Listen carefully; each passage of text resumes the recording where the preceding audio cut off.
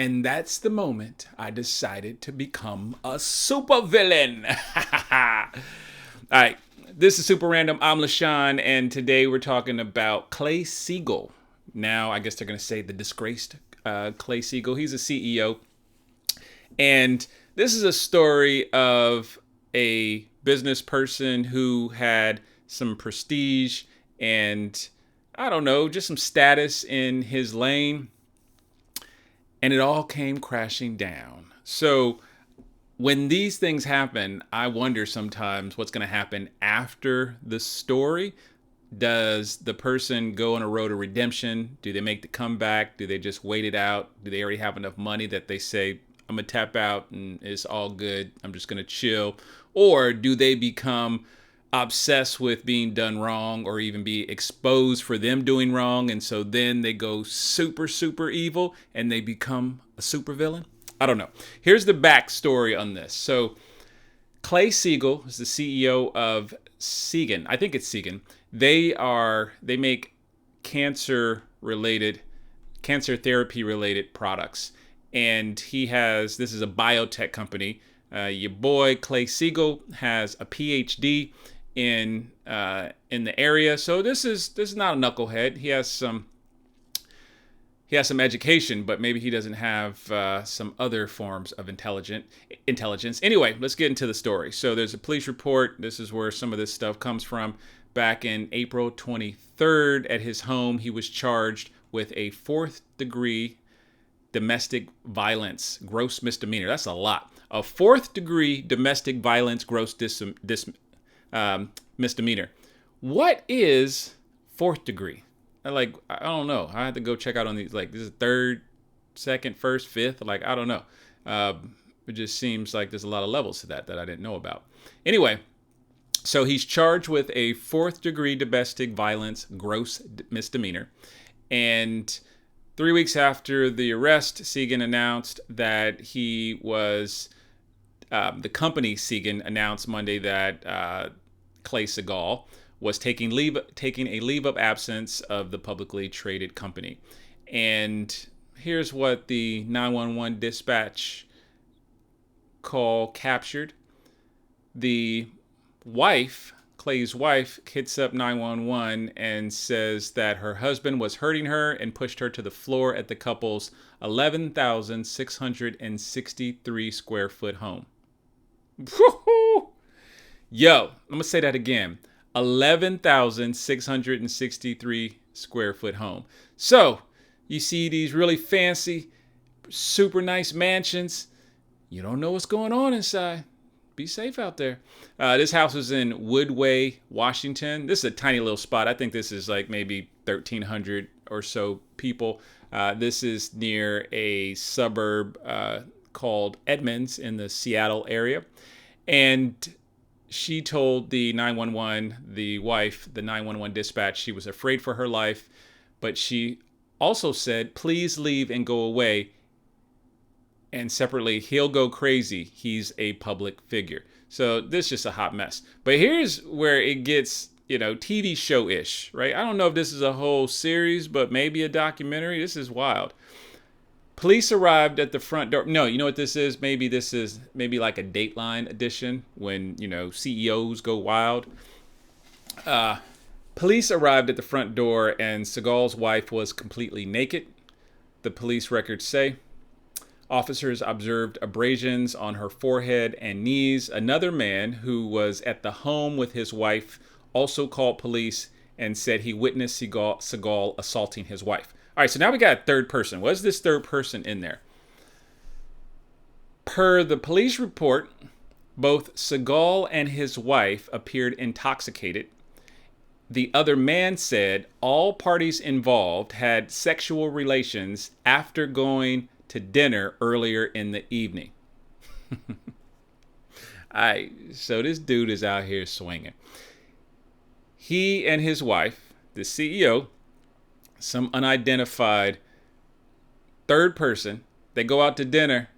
They come back to this 11,000 square foot mansion. They have sex. And it says the other man said all parties involved had sexual relations after going out to dinner. So they over here getting freaky with it.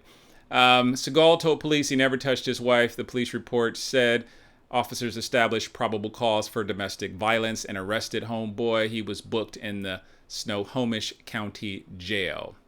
That's here in Washington, where I'm located.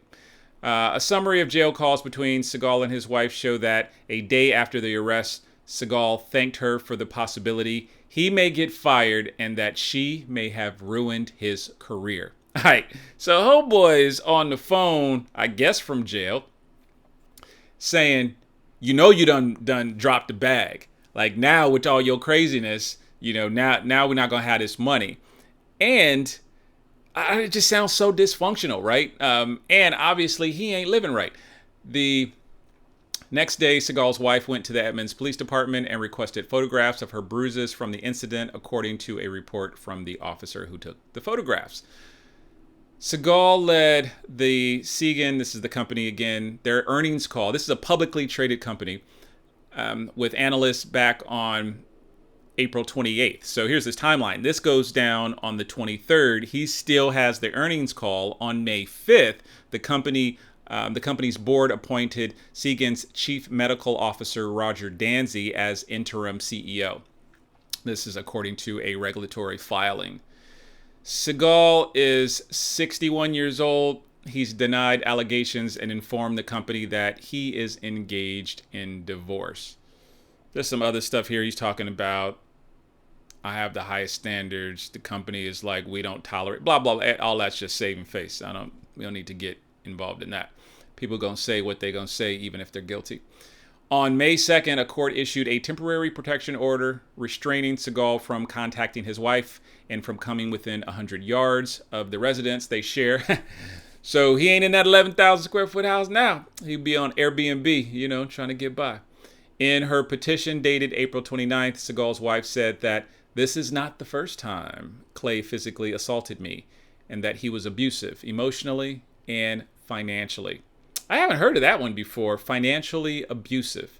I mean, maybe that's withholding money, I could guess what it means, but I don't really know what that means. I mean, physically abusive, emotionally abusive, but that's, I have to look into that one. Financially abusive. She stated that the couple has been together since 2014 and married in August 2019. They separated in February 2021, but reconciled later that year and dismissed all litigation in December, according to her petition. Court hearing is set for May 16th. And I think that's all we got for right now. This company is pretty decent size, has a market cap of $22 billion. So this isn't a tiny company. I don't know if this is really a TV show, but I like to look at the news and say like, oh, is that a TV series or a feature film? This is just ridiculous. I want to hear the third person's story, or maybe they're just like, I was just having my freaky night. I wasn't trying to get down with domestic abuse and all this stuff. So that person wants to keep his name out of it. But I really want to see, this is one of those interesting things. And, the next few months, few years, homeboy can't work in the same space. There will be always those whispers. Like, even if he's not legally convicted of some of these things, the stink will be on him. And it just won't work out. But he could go do other things and maybe, reinvent himself in another industry or just do a different type of work. And again, who knows? He might have so much money at this point that he could, he doesn't really need a job. What I find interesting again, though, is, is this the inflection point? The homeboy got a PhD. I don't know if it's in, chemistry or something, biotech, where he can go invent some crazy stuff and he goes on a revenge mission. And maybe this dude becomes, like the serial killer. Like, I'm going all crazy now. I got a picture of homeboy. Hold up. Here, where is it at? This is your boy. This is your boy right here, Clay Siegall. So can you imagine him like at some, local restaurant, white tablecloth. It's, it's all good. Him, his wife, their friend, who knows who they are. They're, having a few bottles of wine, maybe. Sounds like they were in them streets doing it for real. And he goes back. You see, he got a suit on. I mean, this guy looks like he's buttoned up.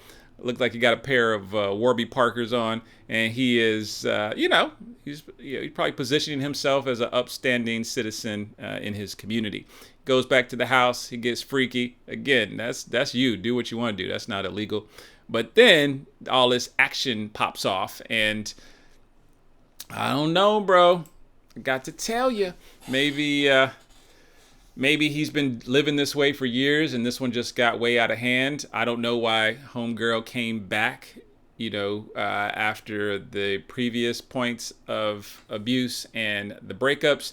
Some of these relationships get dysfunctional. The point here is it don't matter if you have a suit, you got 11,000 square foot house, you have insert the trappings of success that are typically listed as things that folks may want.